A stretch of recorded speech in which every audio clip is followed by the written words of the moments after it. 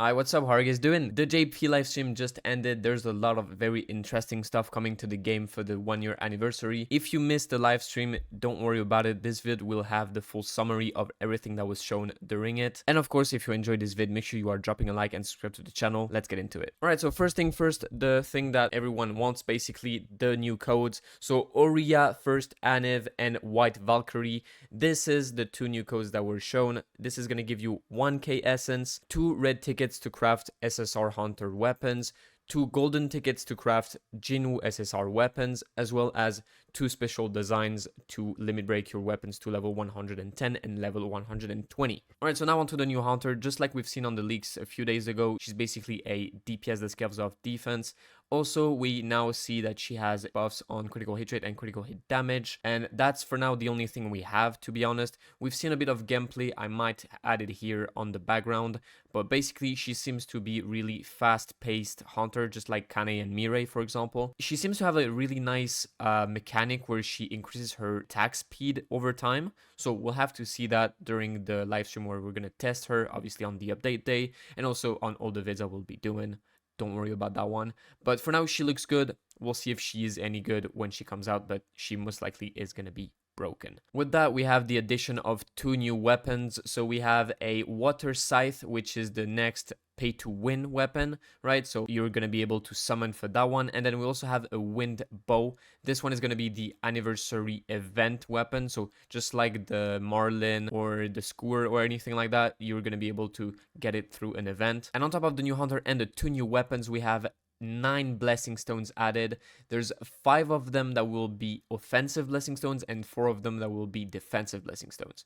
So for the offensive ones, let's get into that. The first one, it nerfs your attack for the beginning of the battle, and then at some point it basically unleashes your power and also gives you a boost. I think it's pretty bad, to be honest, because on no battle you want to be like weak and then strong. Maybe for guild boss, because at first you don't really care if you deal that much damage, but yeah, it's gonna be really situational. The second one, basically you increase your damage for the attacks that have the break effect. Here again, it's not really that good. No break skill really deals that much damage. For the third blessing stone, I actually like that one. You get an attack boost whenever you use a break skill, and that's for a certain period of time. So we'll have to see how big is the boost, but that one is kind of nice. The fourth one increases your attack depending on the number of attacks you actually do. So this one is kind of weird. We'll have to see how much the attack boost is, but it could be very good because there's some builds on Seongju where you spam a lot of attacks. And then the last one increases your base attack for each points you have in speed. So maybe the speed gems meta, I don't think so. I think it's going to be very bad.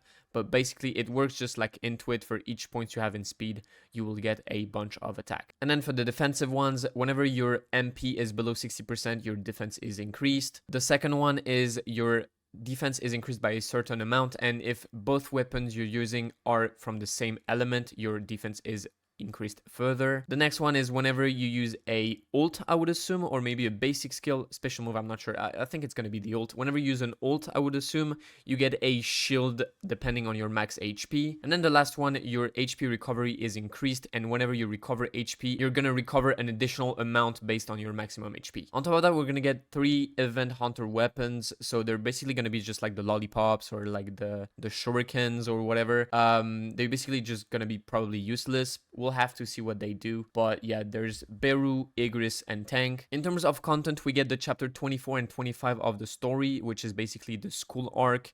For those who read the manhwa, you know which one it is. And to go with the additional story modes, we get a new job change, so we can go up to the level 110, and the requirements are shown on the screen. I'm gonna basically just translate them with Google Image, to be honest, because yeah, I don't speak Japanese. Then, as we know for a while now, the new Wubble comes out, so there's only gonna be, as always, the easy and normal difficulty. The easy difficulty seemed to be really easy, to be honest, like 900k BP required. That means the normal one is really not going to be that hard. They dropped the same cores as Deimos. The only thing that's new basically is just the remnant power. I feel like it's kind of bad, but at the same time, it's pretty good that you don't have to do Deimos anymore. You can just skip Deimos and just do Yogg, for the remnant power and obviously the cores. They're gonna add a new instance boss. It's gonna be Beru. He's gonna be weak to water, obviously, so you have to use the new weapon on him. They're also gonna buff all the breakers shown on the screen. They're only gonna buff their break ability, I believe. I think that's what was explained, but we'll have to see later on with the update. And then there's a bunch of quality of life changes as well as a bunch of new events. So first of all, you're going to be able to use both of your simulation gate tickets at once. That's very good, obviously, because it was kind of tiring to do both runs. It was exactly the same run anyways, so yeah, that's very good. Obtain the necessary materials in instance dungeons and in-core missions to create artifacts. It's a permanent artifact event. It's permanent. They explained it apparently, so it's going to be very good. We're going to be able to craft artifacts permanently. Hopefully it's not too bad to get the materials, but that's a very, very good update, obviously. And then the armory is going to get an expansion. So now it seems that it goes up to the level 10 for each slot. And also they added the fact that you can choose between using hourglasses or essence stones to unlock the slots. Basically, before it was you needed hourglasses, and if you didn't have the hourglasses, you could use the essence. Now it's gonna offer you the choice right away. Even if you have enough hourglasses, it's gonna offer you the choice to still use the essence instead of the hourglasses. So that's very good, obviously, because you don't want to waste the hourglasses on the unlocking slots and you want to use them to upgrade the slots. Then they're going to improve the rewards for the weeklies and dailies, so that's very good. The bonds will be extended to level 110, and then they're going to nerf a bunch of stages. So Vulcan is fully going to be nerfed, as well as Baran and Deimos easy and normal. On top of that, they're also gonna nerf the trials from 61 to 70. Just like they do every time there's a new level cap, there's gonna be new level of gates. They will also increase the level cap for the mining team to level 40. They're going to add the chapter 39 and 40 for the challenges. And obviously they're going to expand the activity fund to the level 53, I believe. Now let's get on to the events, and first there's gonna be an insane login bonus. So on day 7th you get a selector for a mythical blessing. It's insane.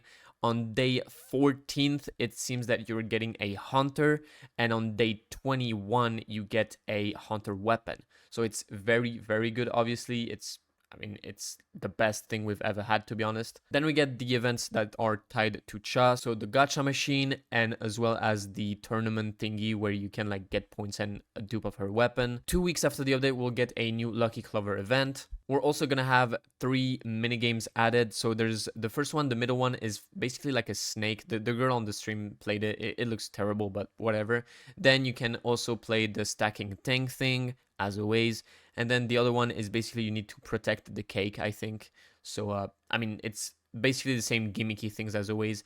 And you get those tickets to fight the new boss to get the new weapon. So the event is this one. So as you can see, you need those orange tickets to fight Goganhee, Beck, and Choi to get the new weapon. You're also going to get the new weapon throughout this exchange event. Basically, you're going to be able to exchange this currency that you get from probably gates and encore and instance dungeons, like always. And lastly, there's going to be a new dice event, and the rewards seem very good. There seems to be like red tickets to craft hunter weapons. There seems to be a selector for a Song Jinwoo weapon at the top, so that one looks very, very good.